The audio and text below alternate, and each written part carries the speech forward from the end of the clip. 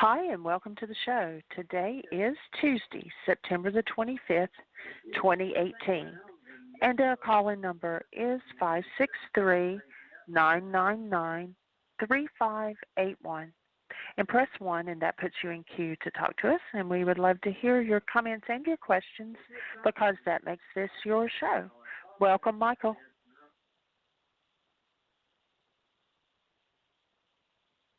Thank you, dear heart, and welcome everybody. We're honored and delighted that you're here with us to share this space and to have this conversation about the ancient Aramaic process of forgiveness and the benefits it can deliver to us as human beings. My first topic I'd like to just touch in on before we get into the course material. And I think we're going to be talking with Mitzi Montague-Bauer today about her book. So we'll leave that for a few moments. So I was talking to Susan Darnell and to Terry Mann this morning over in Wilmington, and just once again that we just take a moment of silence and hold the space. As fortunately, both of them are in pretty good shape, but I guess there's so much damage, and so many people who just don't have homes, have pretty much lost it all. So let's just take a moment to hold those folks in love. And then I really haven't been following what's happened with the hurricane that about the same time as it hit in the North South Carolina area, also hit in the Philippines and China. So just for people all over the world that are suffering from weather-related events, as these weather events seem to accelerate, and we need to pay some attention to what we're doing in that regard. So just, if you would, just breathe with me for a moment, and let's just hold each of those folks. The exhaustion I hear in their voices is extreme. So we breathe with you.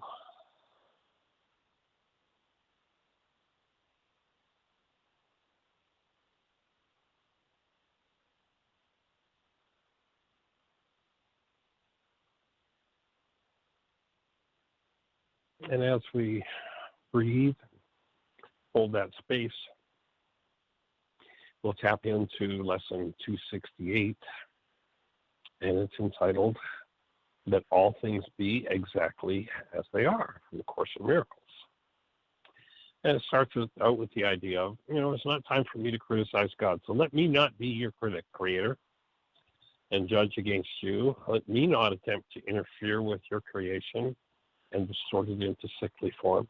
In other words, am I prepared, instead of contributing an energy of darkness to the world, am I prepared to come to the world as light, with light, and shine that presence of light into what's happening in the world? And, there's another deep reference here to forgiveness in this lesson. It says, let me be willing to withdraw my wishes from its units for imposing my goals upon the world. Am I willing to forgive? Am I willing to let go of the goals that I hold and allow this presence of love that is my true essence?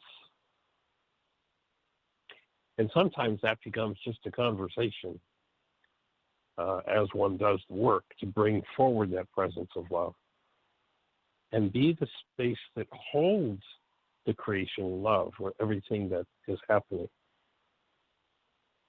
For thus, I will be able to recognize myself as you created me. In other words, I can get back to seeing myself as my original created self, rather than all of the distorted pictures that my mind has brought to my experience of myself. In love I was created, and in love I will remain forever. What can frighten me? when I let all things be exactly as they are.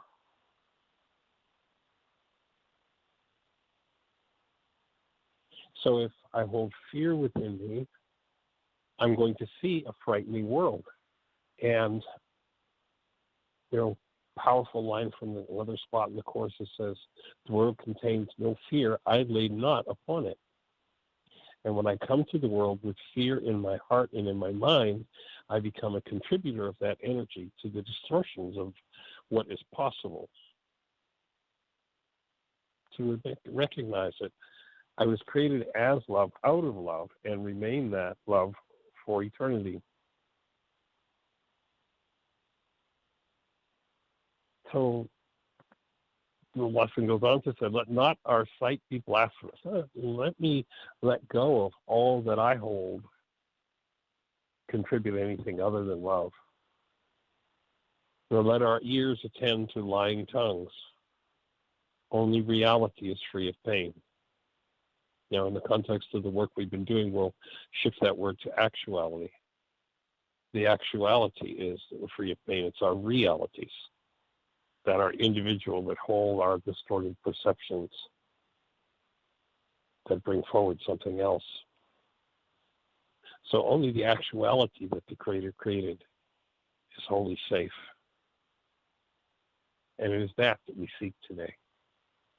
To let any contribution other than love loose and let it go. So that's our Course in Miracles lesson for today. And Jeannie, is Mitzi with us?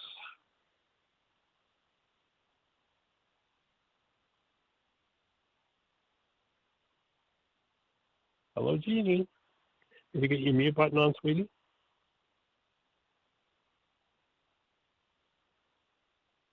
Well, I don't know what's happened to Jeannie. Dr. Tim, are you with us? Maybe it's me who's not connected. If somebody could send me a text, if you can hear me. Appear to be connected and all is well from where I sit. Okay, glad to hear that you can hear me, Susan. I'm not sure what's happened. Jeannie must be having some technical difficulties. She's in a different part of the house. So we'll give her a moment to see if she can get rebooted or reconnected and see what is happening.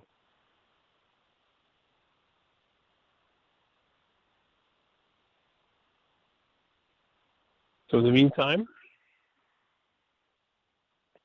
we are holding that space.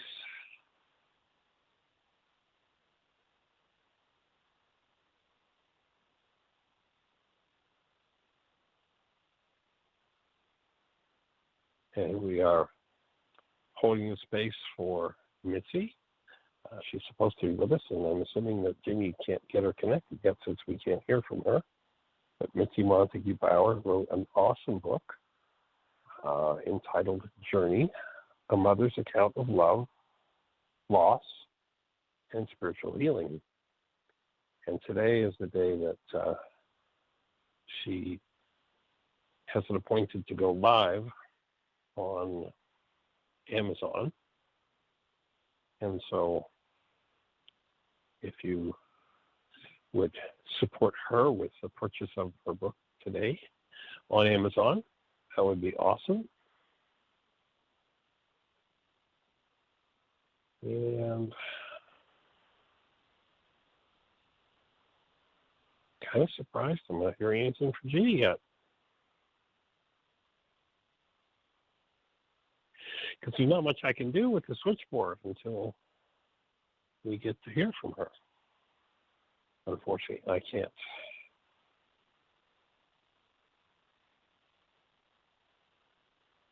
turn on the microphone.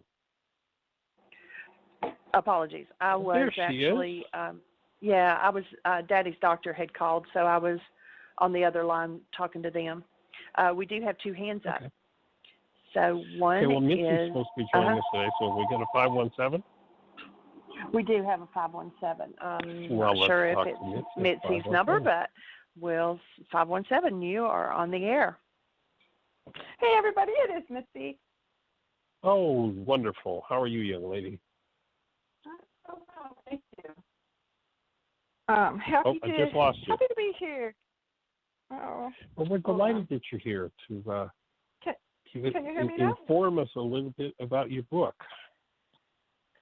Michael, can you hear me? I can hear you loud and clear. Okay, good.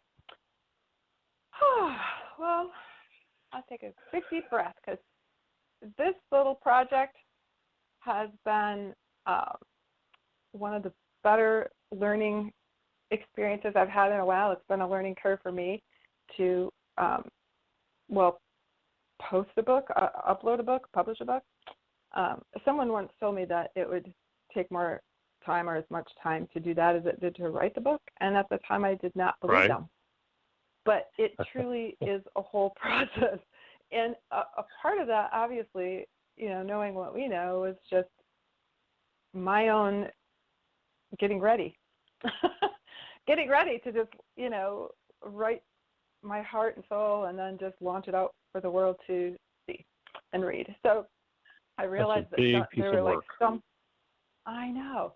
And there were, some stumbling blocks in getting it posted on Amazon and right literally to the, 11th and a half hour. I'm like, oh man. And, it was a good lesson in trust because the whole book, from the beginning has been inspired. So, to doubt at the last minute was absurd, but I still found that I had doubt in me. So, and it came up. Well, let me ask a question. Sure. When I go to Amazon this morning, I don't see the option to purchase a paper copy of the book. I see Kindle. There it is. I think it's okay. Yes, it is there. Yeah. It got corrected. That was one of the little faux pas this morning that I had to call Amazon. One of the glitches, eh? Yeah, yep, just one of them. So yes, the paperback book is available, and the other formats. So if you go to Amazon and you'd like to support Mitzi today, because the sales that happen on Amazon contribute to higher rating numbers and therefore the priority that they give it and all the things that they do. So if you go, and the title of the book is Journey, A Mother's Account of Love, Loss and Spiritual Healing by Mitzi, M-I-T-Z-I, Montague-Bauer, just like it sounds. And then just below the book, there's it came up on my phone as showed only Kindle, but once I hit that, it shows me paperback is also available. So today's the day to buy it. Would you like to, where would you like to start with telling us about the writing of the book? Sure. I'll tell you a little bit about how I began writing and then what the writing led to, and I guess what I'd like to see from society or humanity as some things I've learned and some things I wish I had known 5 years ago or 6 years ago, but I didn't. So I also wanted to tell the listeners that if they go to Amazon, there is a 3-minute sample of the audiobook that you can listen to for free. It's the introduction of my book on Audible. And the really cool part about that, another, beautiful part about that is the narrator of the book is an award-winning narrator. She happens to be a family friend who does this for a living in New Journey and knows our family.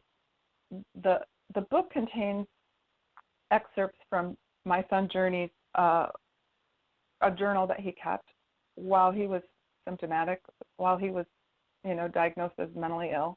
He kept a journal, and several of the excerpts from his journal are interspersed throughout my writing in the book. And Eric O'Daly, who reads Journey's parts in the audiobook, was Journey's one of his best friends. And so that's awesome. It's so cool. Yeah. And so he's a professional, he's a musician, and Angela, the narrator, is a professional book narrator. So it's just a really top quality book and the audiobook. So I just wanted to share that with the listeners too. You can go and, listen to a sample of that. I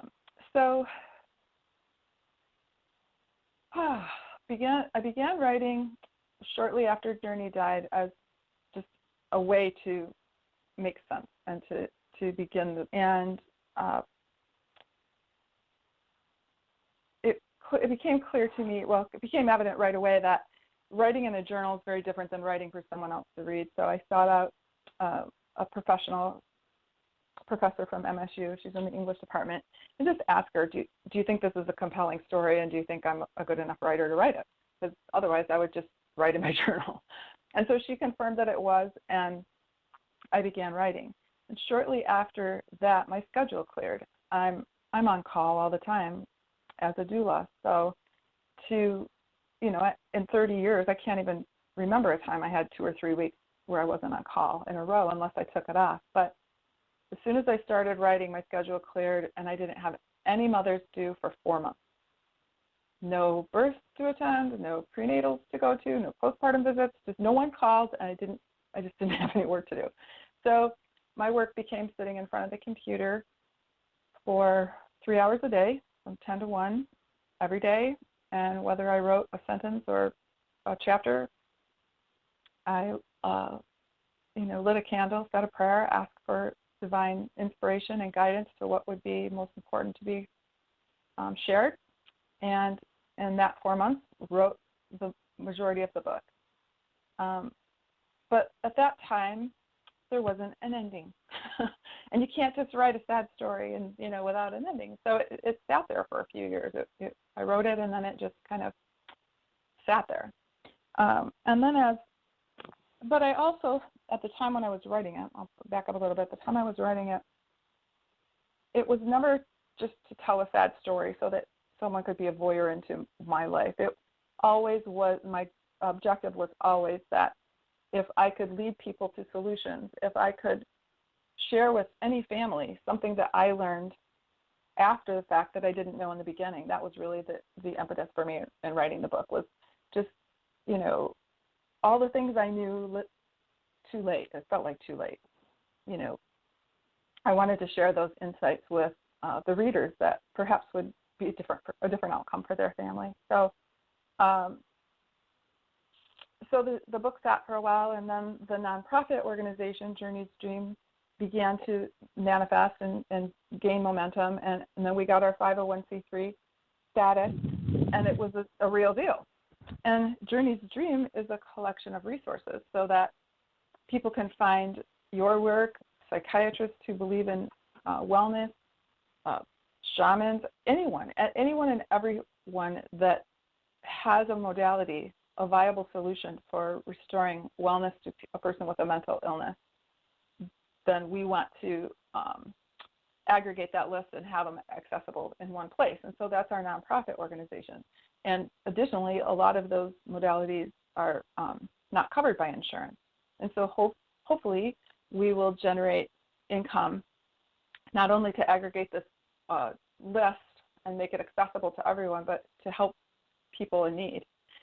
So once that became apparent that the nonprofit was actually lifting off, then that became the obvious end of my book. Then I could tell people, this is what I did with all of my sorrow. This is where it went. This is how what I've done with it. So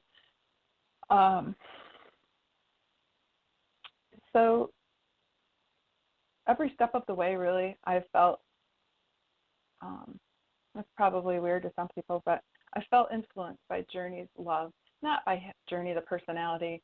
I'm not talking about a ghost. I'm just talking about the love that he and I share. That love doesn't go anywhere. When a person dies, in some ways intensifies. And so I feel Journey's love, and I feel his influence in my work and in our nonprofit and in this book.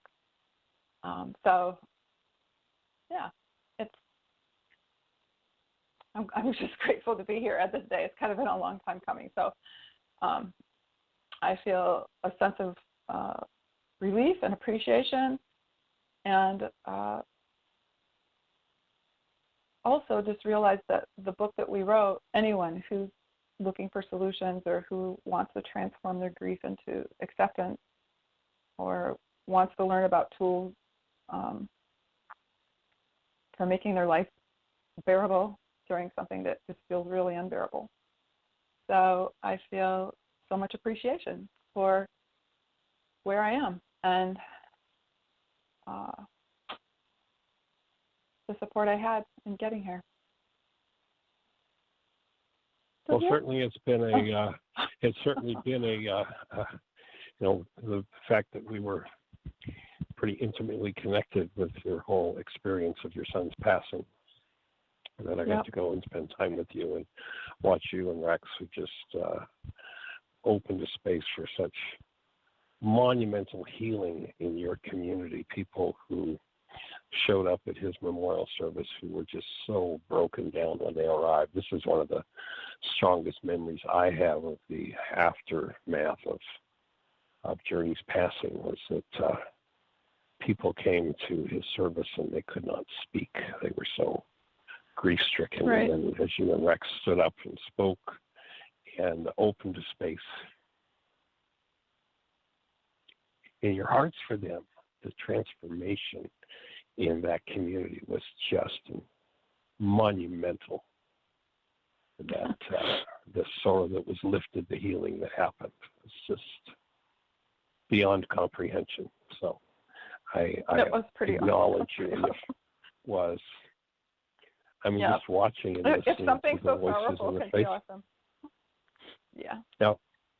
Well, it's the transformation that was awesome. That presence of love that you're talking about, that for me was so powerful, and so many people, and I think there's so much projected sorrow that people carry that they look at someone else who's gone through a loss, and it's their own unresolved losses that they have brought to the experience, and that you guys were such a powerful space that so many people healed in that space. It was just amazing.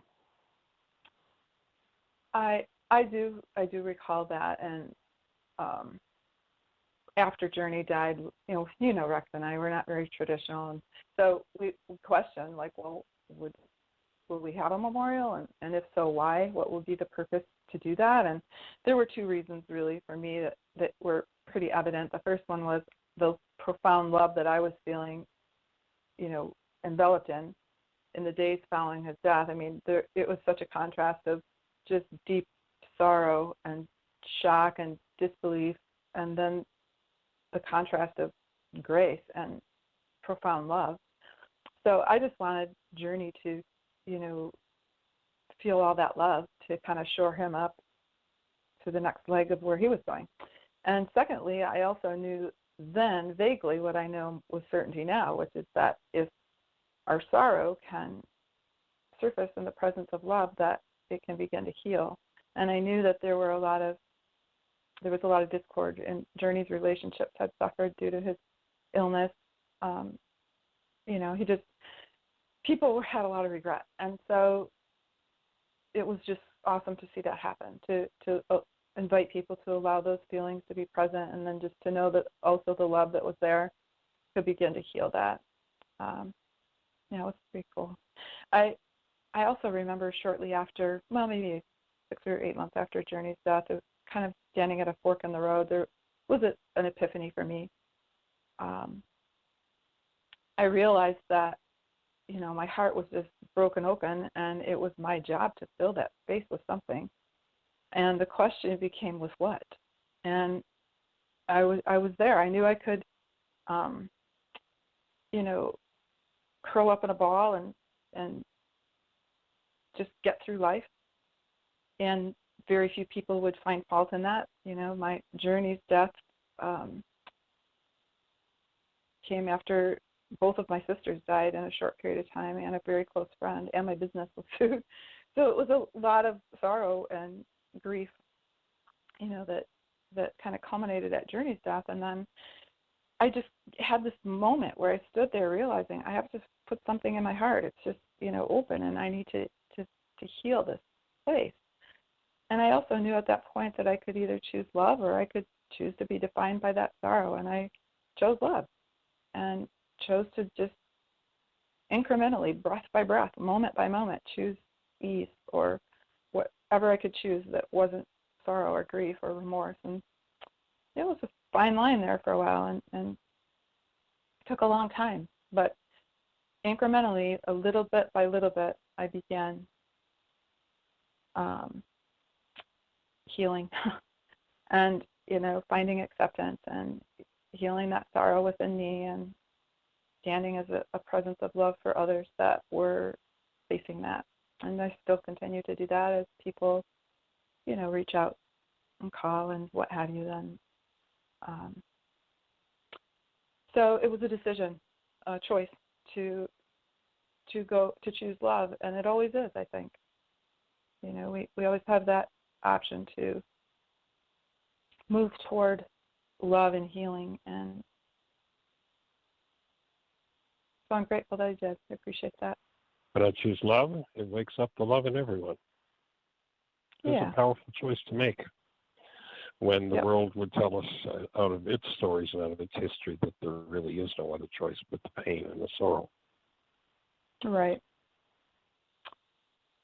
Yeah. So one other thing that comes to mind is one of my earlier writing mentors would check with me and say, "How are you? How is your writing coming? How are you doing?" And I told her that when I became too emotional in my writing, I would get up and go outside and breathe or cancel goals or, tap or something. And then when I felt clear, I would come back to my computer and begin, writing again, resume my writing. And she said, if possible, if you can just write through that, whatever comes up for you, rather than go out and, breathe and tap and whatever you're doing, if you could just write through that, that's what people connect with. And so I did. And the reviews that I'm getting and the communication I'm hearing from people is that they're connecting with that deep emotion. And some of it was certainly sorrowful, but with it all was an open heart.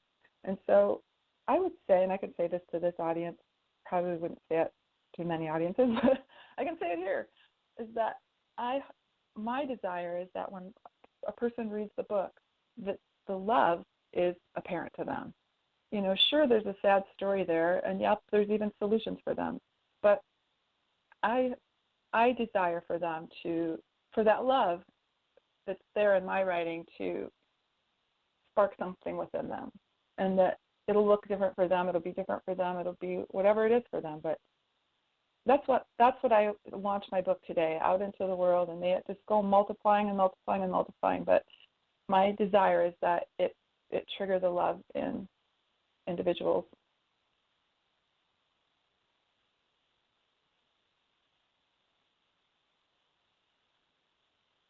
Well, we're certainly here to hold the space for that, and of course that's the main message of this whole body of work that we've developed. And I think Jeannie's got some thoughts for you. Jeannie?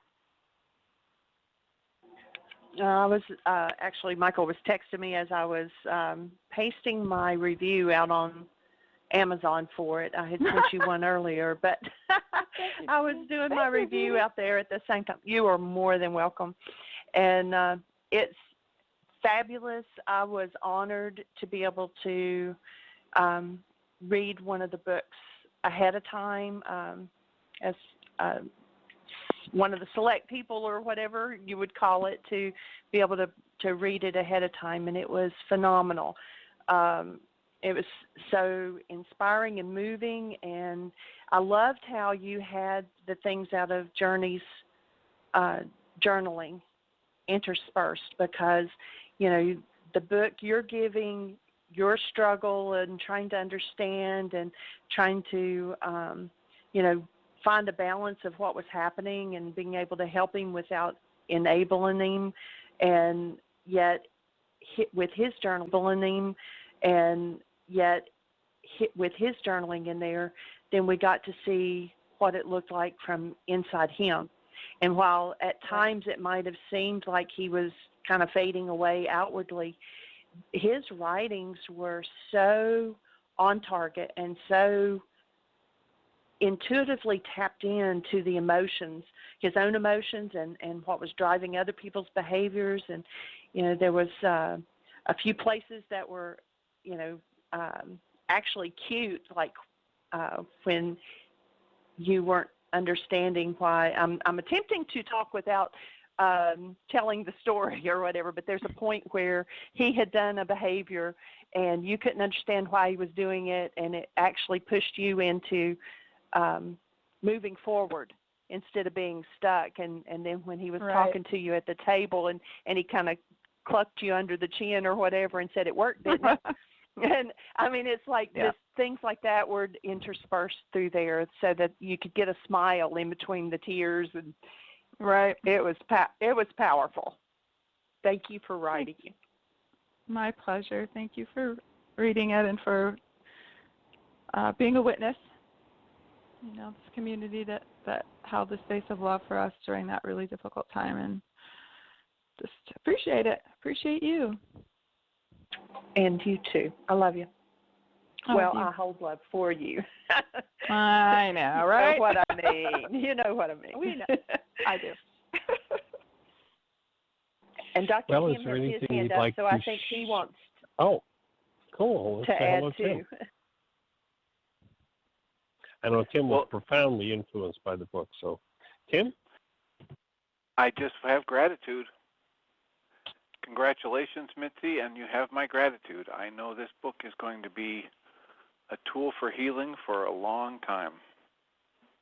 Well, thank you. I appreciate it, and I appreciate you being one of my advanced readers and posting your review on Amazon. I appreciate that, and you holding the space. I remember, after Journey died, Rex got a text from you just about every day for a long, long time, every week. Weeks and weeks, just continuing to hold the space for us, and appreciate the work you're doing for humanity also, all of you. Appreciate you, Tim. Right back at you, Mitzi. Thanks. And we appreciate the fact that you've taken what might drive many people into the ground and turned it into your way of supporting the healing of humanity. It's powerful. It's just powerful. And the story is awesome. Thank you. I had some good news yesterday. As a doula, I've had the good grace of being around many, many, many newborns and supporting many women through that transformation in their lives, and just had my 500th birth earlier this year. So lots of babies and lots of mamas, but many of my clients are professors at MSU. I live in Lansing, so Michigan State University here in town, and a couple of the moms contacted me and asked me if they could host a speaking engagement on campus highlighting my book. So that's kind of cool to just have that happen without having to search for it, which is kind of how I'm asking the universe to support the outreach. So they contacted me and said, gosh, we could have speakers on the stage with you, or you could just have it, you could be up there by yourself, we could interview you, whatever format you want, open to the public, invite all these people from the campus. So, and one of my readers is a mental health professional, and she said she's made a suggestion, a recommendation that my book be read, that all the students of moving into mental health have to read my book as part of the curriculum, because she said you just can't get this. This isn't in the, you can't get this in a college course, but everybody who's going into this field needs to know it. So there's some good momentum happening with, the educational community, which is good. That's awesome. That's where it has to I start. can see you being required reading in every psych course on the planet. That would be awesome. Wouldn't that be awesome? Yeah. That sure would. Yes, we'll hold the space for that. Reading. Right on, thanks. Start getting it translated into other languages and being available on a global scale to touch people who are in that search for meaning of a family member that's in trouble. That's that would be powerful. What a gift. Yeah. Yes. Thank you. I appreciate the opportunity to share about that gift on your radio show, and appreciate all the work that you continue to do. You're just out there making changes, and appreciate everyone who's listening as well. All right. Well, is And there anything else you'd like to share about the book? Someone just texted me and wanted to emphasize again. It's Mitzi, M-I-T-Z-I, Montague, M-O-N-T-A-G-U-E -Bauer, B-A-U-E-R. And the name of the book is Journey, A Mother's Account of Love, Loss, and Transformation, but you've changed that, correct? I did. Oh, right at the last minute. It's spiritual healing. So a mother's account of love, loss, and spiritual healing. Apparently, society or most people shopping for books do not have a relationship with the word transformation. So the person that was helping me advised that I change that word to spiritual healing because people do look up spiritual healing. So that's why we changed it. And but yes, I think even if you just put in my name or my first name in the book Journey, it should come up. But thank you for the clarification. And I don't know if there's anything else I'd like to share. I guess, yeah, there is one more thing that I mentioned earlier, that I wrote the book when the emotions were really raw, and it was, a pretty just vulnerable account of my experience. But I'm not there anymore. So as you're reading the book, and just know that I've made lots of steps forward, and that I would like as much attention put on the spiritual healing as the loss in the book, and that a lot of it is the telling of the story, and there's humor, as Jeannie said, and Journey's writings, which are brilliant, and our interactions and struggles and whatever. But today, standing here now, 5.5 years later, I'm standing in appreciation, and so I'd like for the readers and the listeners to know that. Awesome. Well, I'll just say once more that if the book is something that appeals to you, it would be beneficial for Mitzi if you went to Amazon today and ordered it, because they do, a peak day count that Right. determines how they treat a book in the future. So everybody just get on your computer and order that book. It's available in a Kindle format. It's available in printed paperback format. It's available in Audible format. So if you join Audible, if you don't belong to Audible, I just wanted to if say you one don't other belong thing to too. Audible, That you'll actually get. Oh.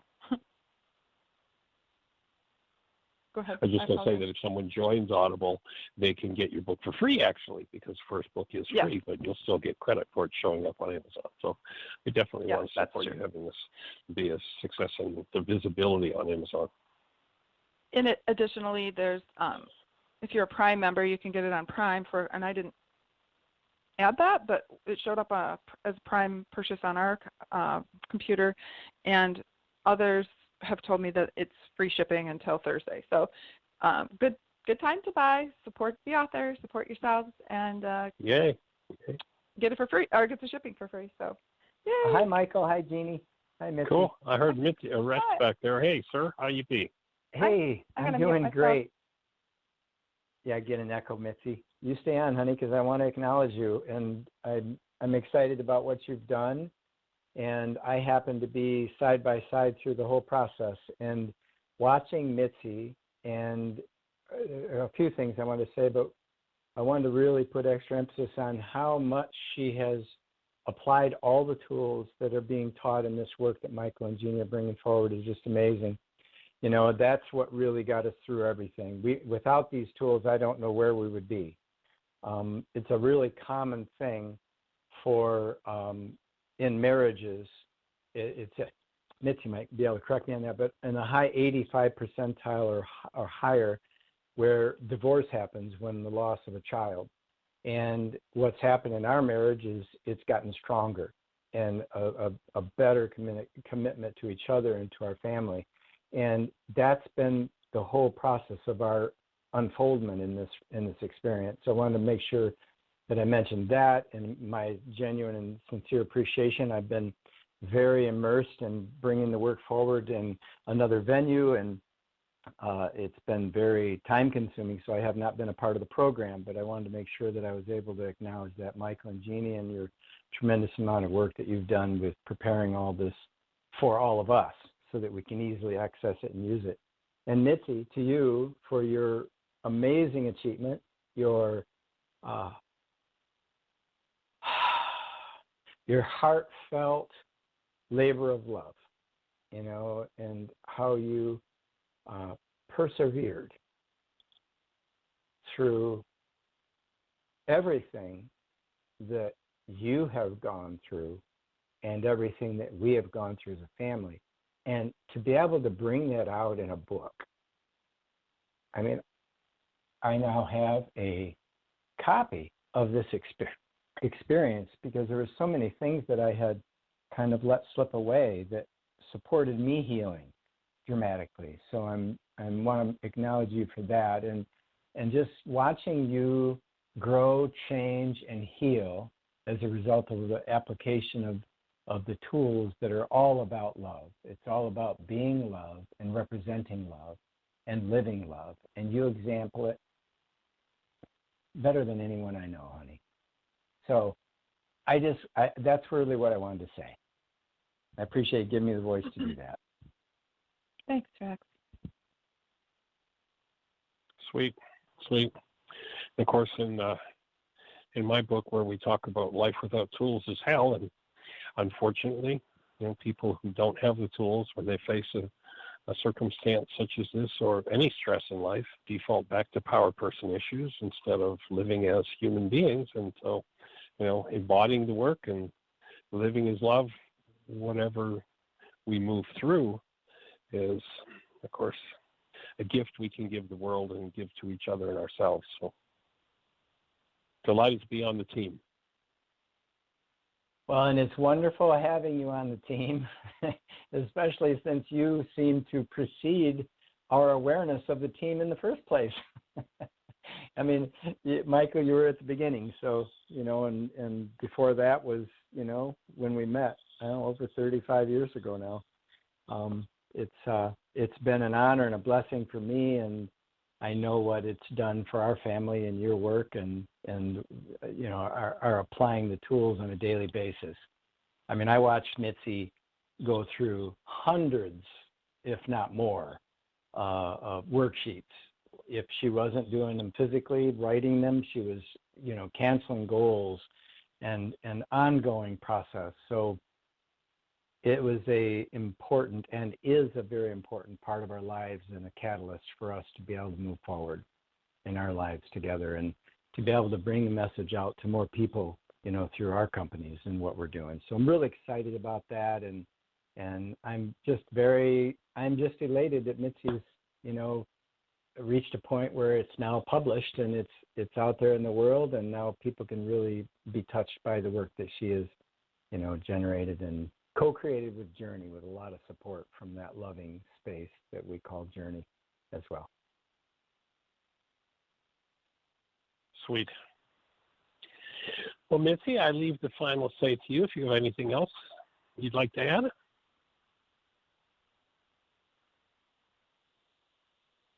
Thank you for the opportunity to share about my book. I appreciate that, and I appreciate the listeners and read it. And the work that you're doing. I don't really feel like I have anything else to share at this time, but I know how to get a hold of you if I do. I know the call-in number. You I do. can call back another day. Any and every time you think you want to do that, we'd be delighted for you to do that. And I think we'll make this one of the featured shows from our radio show so that others will be able to tap into what you've done and how you've been touched by the work and how you've touched the world and are continuing to touch the world. I'm really excited for that opening in the mental health community. I can just see that becoming like a, we've seen these forest fires out in California where it starts and all of a sudden it's just everywhere. So Yep. I see this flame of love that you brought forward into the world just moving through that Right on. community that really needs those answers, that really needs the work. So that's awesome. Yeah. Sweet. Thank you so much. Yep. Thank you so much, All right, everyone. blessings. Lots of love. I'll mute myself Appreciate now you. and continue listening. Yeah, thank you. Okay, blessings. Thanks, Rex, for your words, and Dr. Tim. And let's say hello to Dr. Tim. Or Jeannie, maybe I know Tim will say, are there any hands up? So are there any hands up that we're down to about 13 minutes? So no, there's not. Let's see what Dr. Tim's doing. Yeah, let's check in with Tim and see what's on his mind today, if he's got anything to share from Tim.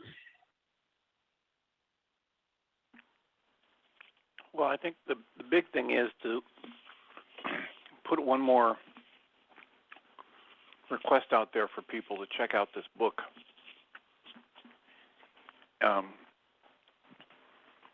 For themselves, for the healing it can provide, for the planting of the seed to talk about mental health issues differently, to open a window to people being willing to have the difficult conversations and use an example like what Mitzi has done and Rex and Mitzi and Brea and their family have done to get through this kind of an intense experience that some would call horrible and traumatic and devastating, and turn it into a blessing for themselves and the community. So the more people that get exposed to this book, the more seeds we plant, the more chances that we're going to stumble across somebody who can make that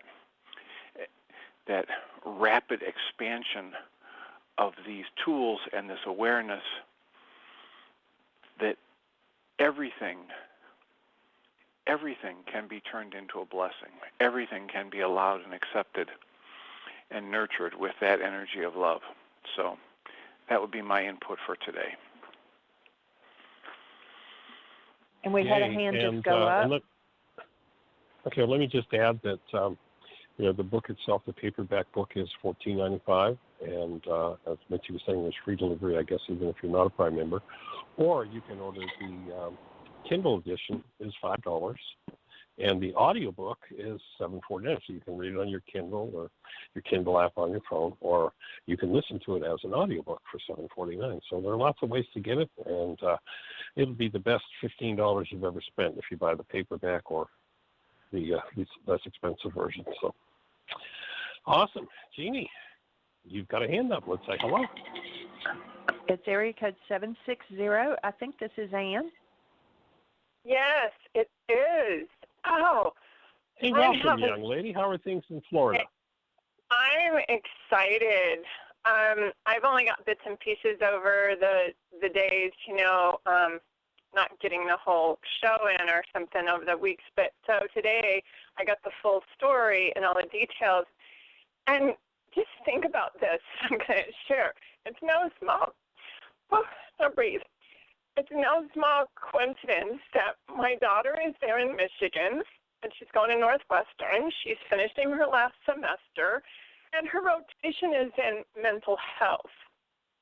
And she's, struggling to get the grades on her exams, but I've been holding a space for her. She's got one more exam. And just the fact that, she had to go through her loss earlier in the year, and I'm going, oh my gosh. So just hearing the thing about, that it be required curriculum or something, how exciting that possibly she could get that, presented up there. Hopefully the mental health people in that college would know about this, and if not, she could let them know, But so I'm excited. So, and I am a Prime member, so I will get one shipped to my daughter and get one shipped to me. I can be reading that at the same time. I know she won't have time to read it possibly, but right at the moment until her exams are over. But I think if she starts it, it might be hard not to. Anyway, I'm just so grateful to have confirmation as well about this work. and I know I have to put my foot to the pedal to get more of it done, but I had a release moment with my sponsor in Al-Anon, and I'm doing the step 1 reading, and so I'm just excited about today. It was a great interview, and for her husband, I guess Rex is her husband, right? Correct, yes. Yeah, okay, and I've heard you talk with him over, time too, so that is, it's just so amazing, and I know other people, with mental health issues, like my stepdaughter, her mom, was bipolar, and just the things that went on with that, and anyway, just can relate in so many ways, but the most exciting one is that I can share this with my daughter and believe and hold a space that things will, jump out from there as well. Anyway, thanks, Mitzi. Well, we'll hold the space, and maybe you can put Mitzi and your daughter in touch, and they can have a conversation, and maybe that'll be a door opener for your daughter going to the next level over her loss of the pregnancy, and yes. that her healing process, and perhaps introducing it to Northwestern. Who knows? Yeah. I was thinking that same thing, so definitely. Anyway, thanks. Yeah, that's all amazing. But God is amazing, so thank you again. Blessings, you too. No, well, when we choose to live in that, in the awareness, Tim, one of my favorite things that Tim says over and over is you can choose the focus of your conscious awareness. And we choose to focus, even with whatever trauma or drama is going on, that we focus and bring the fact that we live, move, and have our being in this active presence of love. The transformation that brings to everything is just beyond comprehension. So, and every person who participates, and every person who passes it on, and every person who supports it, opens a space for it all to go to the next level. It's like I can't fathom, after almost 50 years of developing this work, I can't fathom what it looks like, how people even survive without the tools. It just boggles my mind, the suffering and the unrelenting pain that so many people live in that is just so unnecessary. And it doesn't mean we're not going to have experiences. Yeah, it doesn't mean we're not going to have experiences over which we could suffer. But when we think it's the experience that causes our suffering, and we realize that our suffering is our own internal dynamic, and that there are tools for healing and bringing that healed mind, that healed state of being, that presence of love to a world filled with suffering, is the whole goal of this work. So let's talk to our caller. Jeannie? It's 610. It's Susan in Pennsylvania, I believe. You've memorized it. Welcome, young lady. Yes, hi. That was wonderful. Mitzi, thank you. Anne, thank you. The thing, I'm going to get that book lickety-split as soon as I get off the show. We need it here, and we all probably need it. But it's just coincidental in that wonderful synchronicitous way that this morning in The Way of Mastery, I read the following, which fits so well. It says, we know that the mind hits its points of fear and must plateau out for a week or a year or 10 lifetimes before it is willing to step further. Yet you are free, even in the midst of your deepest fears, to say yes to transfiguration. For darkness holds no power over light. It is always when you are at the point of your greatest sense of darkness, and there's Mitzi, what she went through in Rex, or your greatest feeling that the light just cannot quite get into you, that you could not possibly ever be enlightened. It is at that moment that you need only to invite the light, and the light begins to transform the darkness. Yeah. I just wanted to read that because that was my morning assignment this morning, and then Mitzi came on, and I don't know what happened with her son, but if it's a mental health issue, that's a kind of darkness that everybody's drawn into, and we certainly are dealing with it in my house and, with my grandson. So thanks, Mitzi. I think it's going to start helping us too right away. Well, we hold the space, and thank you for sharing that passage. And recognizing that if we look at the word repent, repense, as an Italian word, and it means to turn our thinking another way. It's not about the classic dogma of repentance. Oh, you're a sinner, you have to repent. But it means to turn your whole mind, your whole soul, your whole being in another direction.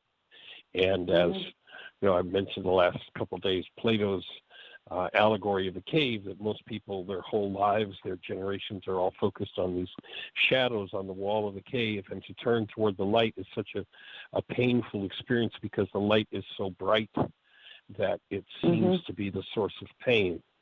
And that in the midst of those moments, that the addiction to being focused in the trauma and the pain and the thought disorders that create that pain is a retrievable habit, and we can move into bringing forward the presence of active love, although sometimes people go kicking and screaming when they're invited to give up their trauma and their pain. So it's a powerful idea to understand and bring forward. Yeah, Mitzi, no, it was Anne that mentioned Al-Anon, and Al-Anon tries to get us to do that too. I haven't been in Al-Anon, but I've been in AA. But that's a really good point. But it is an addiction. Definitely time for the wake-up call. Yep. Yeah. Oh yeah, people are addicted to their pain. Generations and generations of it. It's like it's for so many people what gives life meaning.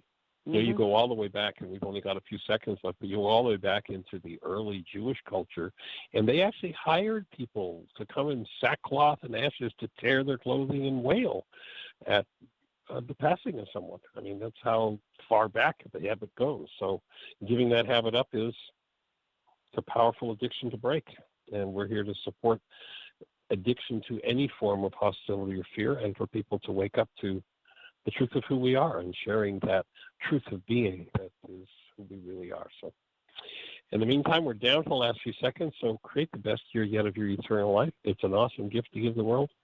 Thank you again, Mitzi, for your work. Blessings.